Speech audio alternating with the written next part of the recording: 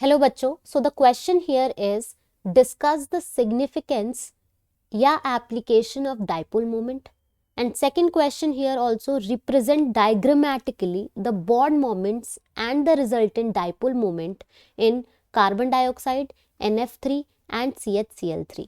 तो हम लोगों को ये दोनों क्वेश्चन के आंसर्स डिटेल में देने हैं। तो चलो स्टार्ट करते हैं फर्स्ट पार्ट से। फर्स्ट पार्ट क्या कह रहा है? Discuss the significance application of dipole moment. तो हम लोगों को क्या करना है?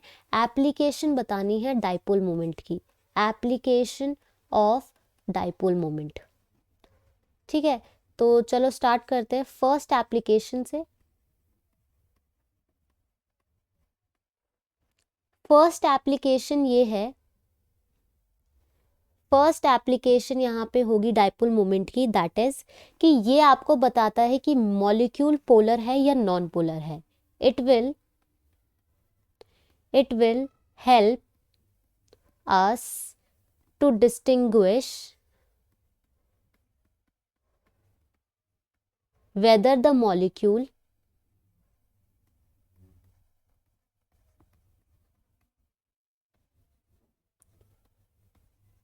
is polar or non-polar, polar और नॉन पोलर।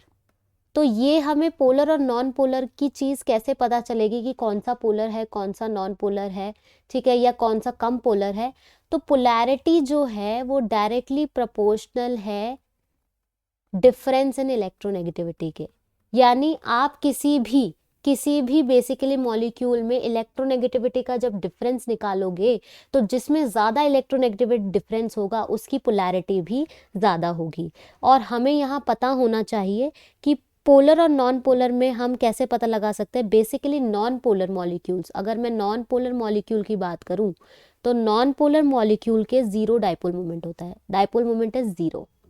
एंड अगर मैं पोलर मॉलिक्यूल की बात करूं जहां इलेक्ट्रोनेगेटिविटी ज़्यादा है, ऑब्वियसली उसका dipole moment not equal to zero होगा या नॉन पोलर मॉलिक्यूल से ज़्यादा होगा।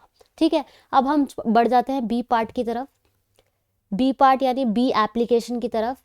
तो सेकेंड एप्लीकेशन है कि ये आपको बताता है सिस और ट्रांस आइसोमर में difference, cis and trans isomer में डिफरेंस।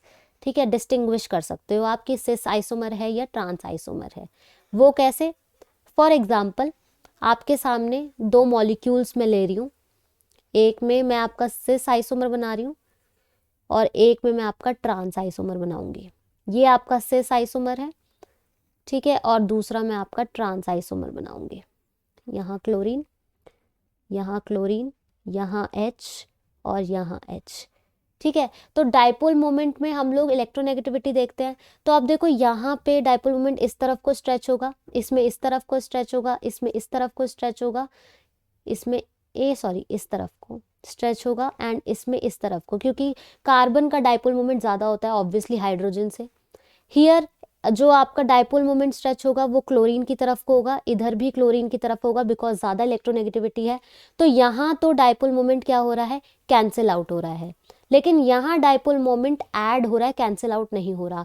तो सिस आइसोमर्स की पहचान यही है कि यहाँ पे dipole moment is not equal to zero. और ट्रांस आइसोमर्स की क्या पहचान है? कि यहाँ पे ट्रांस आइसोमर में dipole moment will be equal to zero. ठीक है, हम नेक्स्ट बढ़ जाते हैं अगली एप्लीकेशन की तरफ। अगली एप्लीकेशन है कि ऑर्थो मेटा या पैरा पोजीशन को आप डिस्टिंग्विश कर सकते हो ऑर्थो मेटा पैरा आइसोमर्स को। ठीक है, आप डिस्टिंग्विश कर सकते हो ऑर्थो मेटा पैरा आइसोमर्स को। तो आपको मैं अगर एक मॉलिक्यूल बना के दिखाऊं, जैसे कि ये बेंजीन रिंग है, ठीक है, यहाँ क्लोरीन, यहाँ क्लोरीन, अगला है ये ऑर्थो है, अगला आपका पैरा बना देती हूँ, नहीं मेटा बनाते हैं पहले, Meta and then para.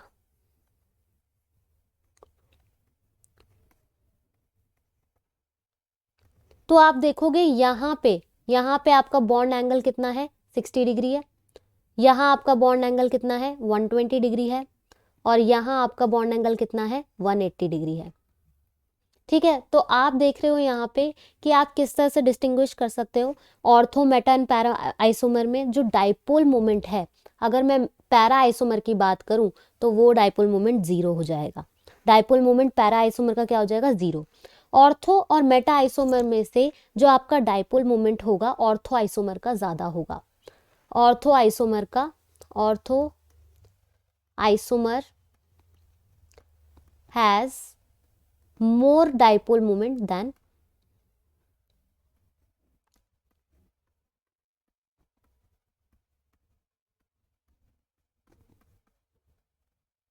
Meta isomer.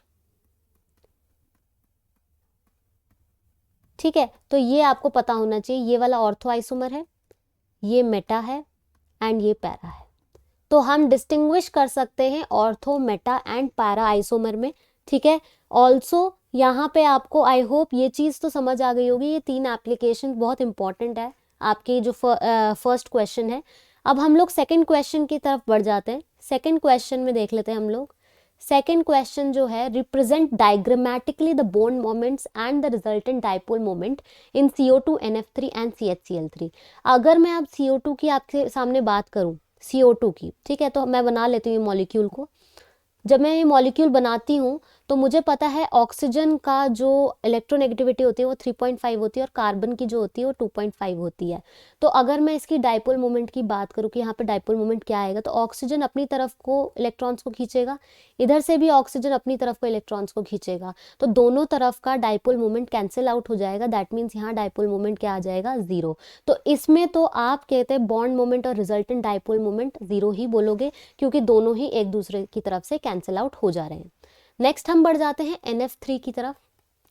NF3 बना लेते हैं। NF3 में 3 बॉन्ड्स तो फ्लोरीन के साथ बन रहे हैं, 5 वैलेंस इलेक्ट्रॉन होते हैं नाइट्रोजन के पास, तो एक लोन पेयर हो जाएगा। अब फ्लोरीन ज़्यादा इलेक्ट्रोनेगेटिव है आपके नाइट्रोजन से, तो वो अपनी तरफ को इलेक्ट्रॉन्स को स्ट्रेच करेगा, इस तरह से अपनी तरफ को। तो रिजल्टेंट डाइपोल मोमेंट किस तरफ को हो जाएगा आपका, इस तरफ को। Resultant dipole moment downward direction में जाएगा।